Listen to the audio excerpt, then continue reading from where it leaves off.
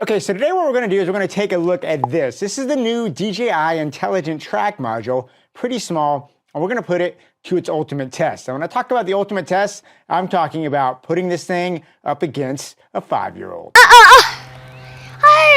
Oh, hey, and do me a favor, if you find this video useful in any shape or form, go ahead and hit that like and subscribe button. It is so hard to keep a YouTube channel going these days, and your subscriptions are the only thing to keep this channel going. Now, if there's been one unifying theme of the DJI RS4 generation, it has been that you can really tell that DJI is set out to create a whole viable ecosystem of camera accessories and things that just make your life better. Everything is so integrated. Now, they just released a new gimbal today, which is the DJI RS4 Mini, and they had one very important attachment to it, and that is this, the DJI Intelligent Track Module.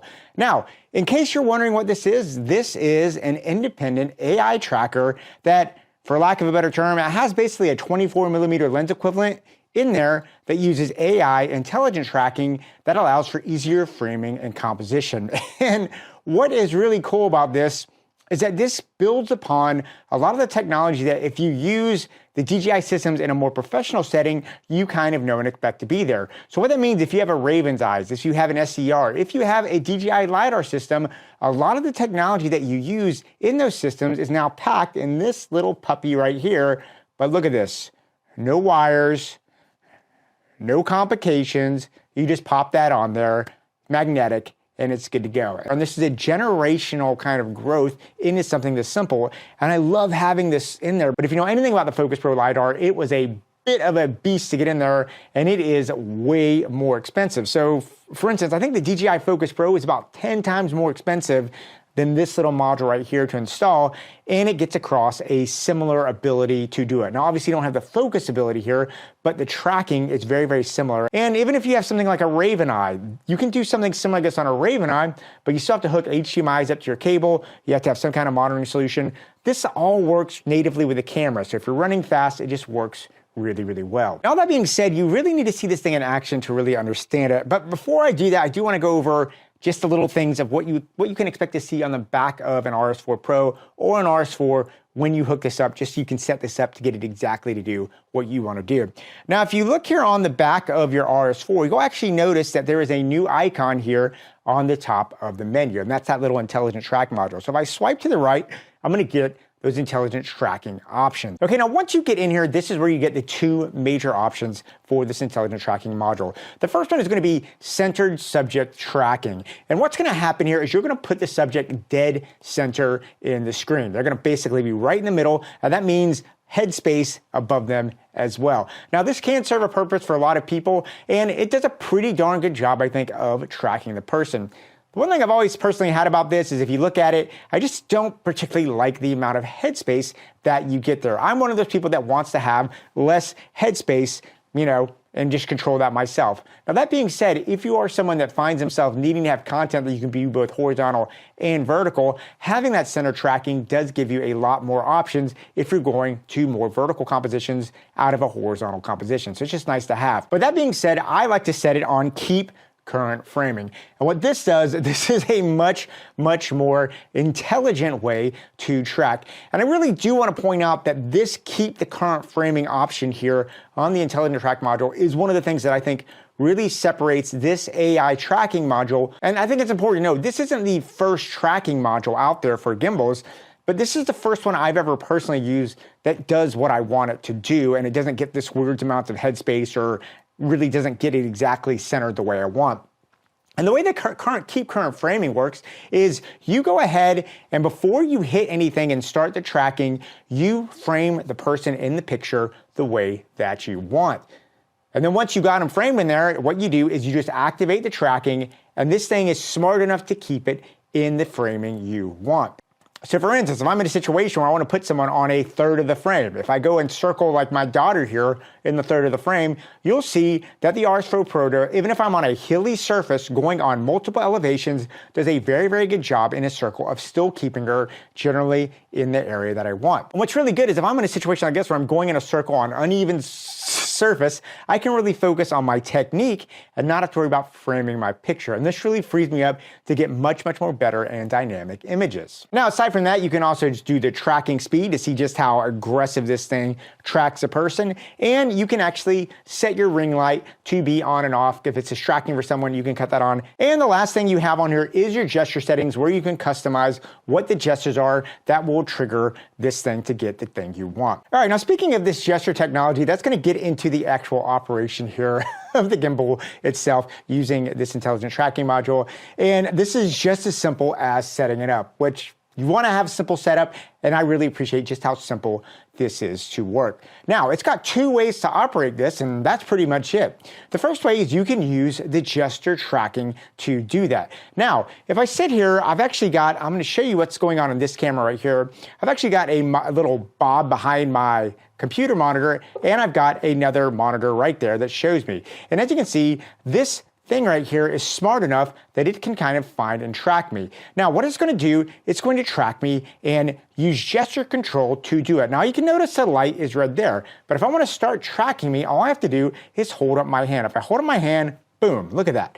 That light turns instantly green, which is a super cool thing. If I want to stop tracking me, I hold up my hand again, and boom, you're going to see the light turns red. It is very simple. If you hold your hand up, it's going to work. It's very good at finding you. You can be out in a field, you can be here in a studio, it doesn't matter. The other thing that you're going to notice is that if I'm in a situation that I start tracking, so let's say I start tracking, you're going to see now it's going to follow me, and all I have to do if I actually want to record on my camera, if I have a Bluetooth enabled camera like this R5 Mark II, check this out. I can hold up 2 fingers, you're going to see it, it's going to do a little blink there, and boom, now I'm recording here on my camera. Now, in addition to the gesture control, I actually can control this purely as an operator, which is something that I love a lot because for me as a commercial and a pro application, I want to have control of this as an operator. And what I can do is it's just very simple with a simple trick here of the trigger. So if I just click this trigger once, I basically compose, make sure I get what I want there. I click it once and boom,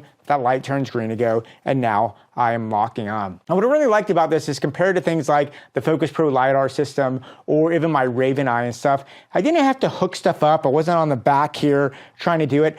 Everything I wanted compositionally, I was just using my camera to use, which is very ideal.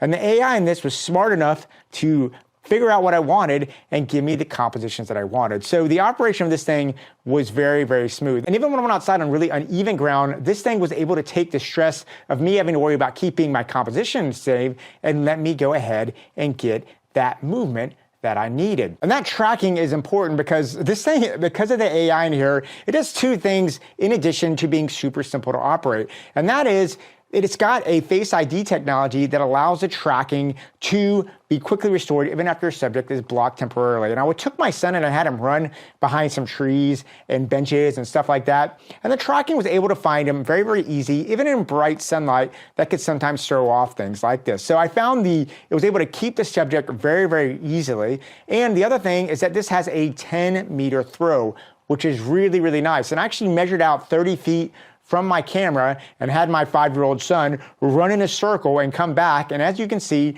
this thing was able to keep track of him with no problem whatsoever and do it. Even in a challenging background, I made sure to find something that had a lot of high contrast that throws off tracking modules I've experienced in the past. And this thing was able to hold up with no problem. And I think that's really, if you take all these components of this intelligent tracking module, why a pro would want to use something like this. There's a couple of reasons where this, in my opinion, fits a use at a pro or just doing any kind of paid job where something like this would make sense. And that is going to be a walk and talk when someone is walking down the road talking and you as a camera operator are either having to walk backwards or you're having to walk forward on uneven terrain and kind of hold the gimbal over your shoulder. It's one of those things that is just something that if you're doing any kind of professional work, you're going to definitely encounter this. And sometimes it can be really hard to keep the gimbal where you want it on a person talking, especially when you're operating in that kind of a weird situation.